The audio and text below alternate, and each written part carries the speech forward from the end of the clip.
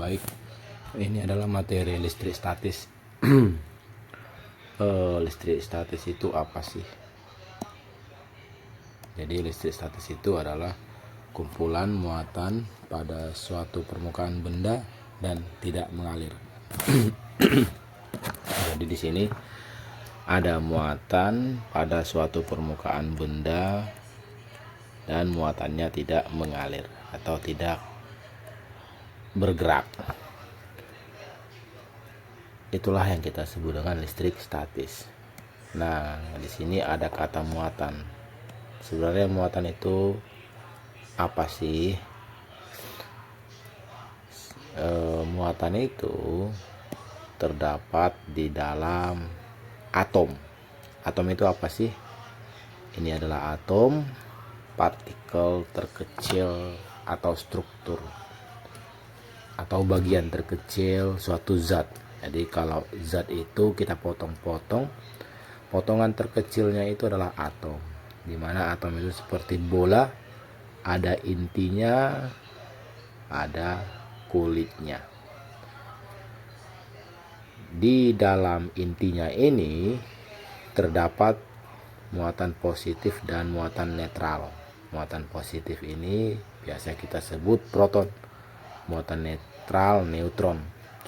Dan mereka dua diikat oleh inti, jadi diam di dalam inti. Adapun di kulitnya ini terdapat elektron, dia bebas bergerak si elektronnya. Elektron biasanya kita sebut muatan negatif. Oke, untuk memahami listrik statis, kita harus memahami yang namanya hukum Coulomb. Apa sih hukum Coulomb itu? Jadi hukum Coulomb itu hukum yang menjelaskan tentang besar gaya tolak menolak atau tarik menarik interaksi antara dua muatan listrik.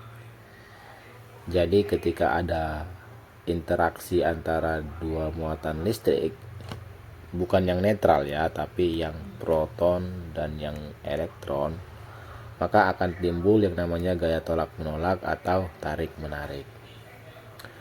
Pertanyaannya adalah, besar gaya tolak menolak itu bergantung apa sih? Nah, yang pertama, besar gaya tolak menolak itu bergantung perkalian antara kedua muatan listrik tersebut, di mana hubungan besar gaya tolak menolak atau tarik menarik itu berbanding lurus dengan perkalian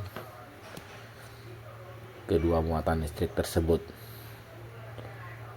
Maksudnya berbanding lurus itu gimana? Gini, misalnya perkalian antara kedua muatan listrik itu besar, maka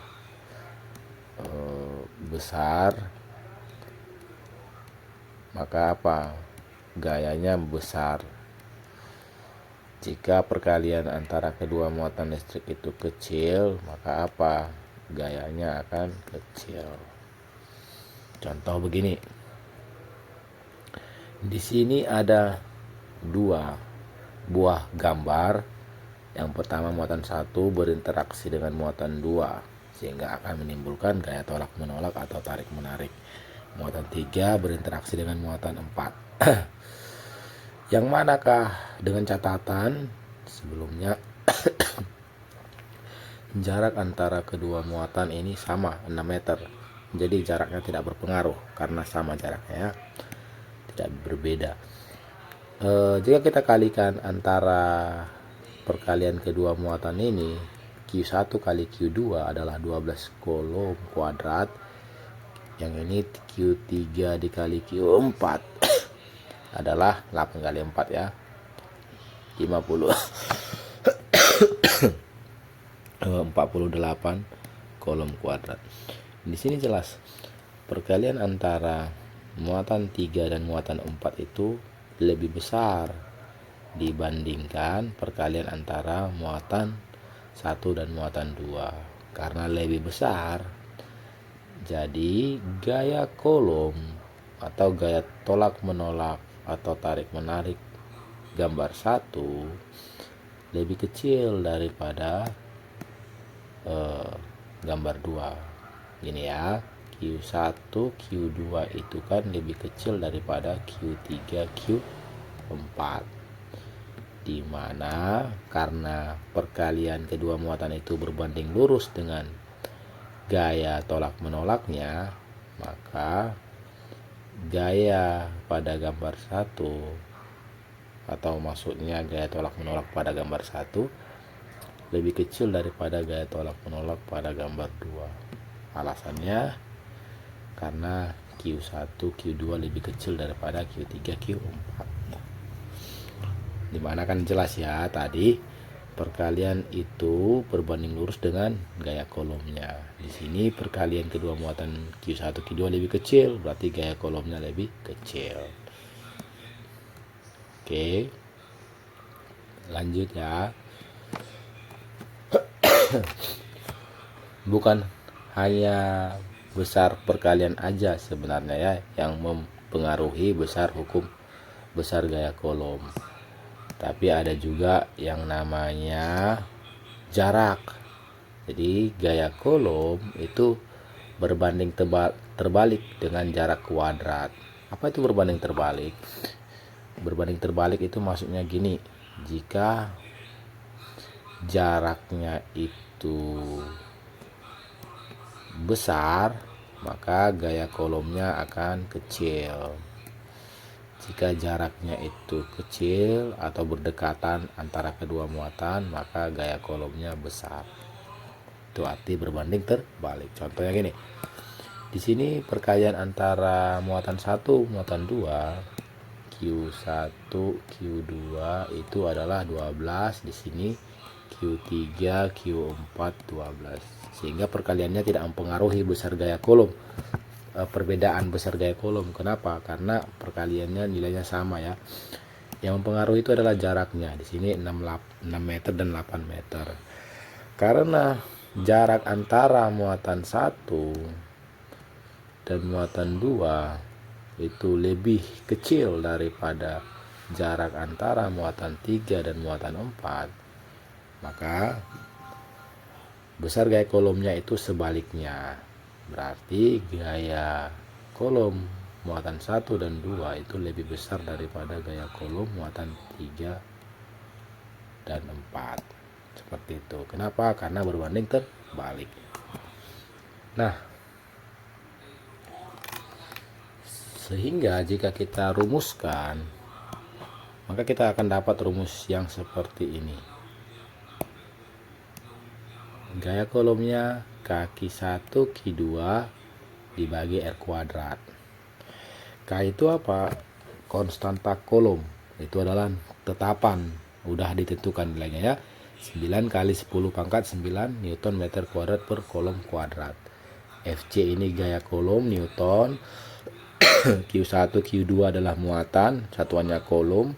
R ini jarak Q1 ke Q2.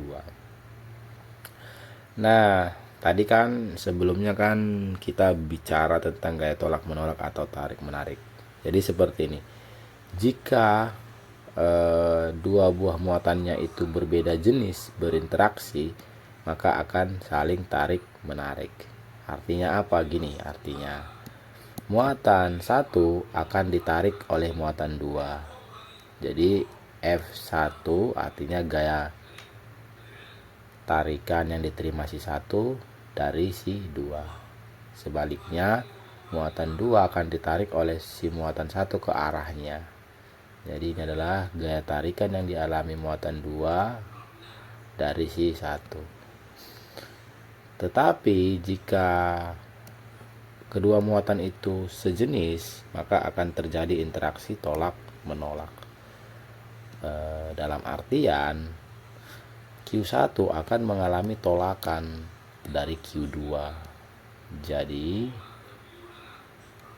Q1 akan menerima gaya tolakan ke arah kiri. Kenapa ke kiri ya? Karena Q2 menolaknya. Berarti ke arah sana, akan menjauhi Q2 dari C2. Nah, sebaliknya gitu juga. Q2 mengalami gaya tolakan dari si satu.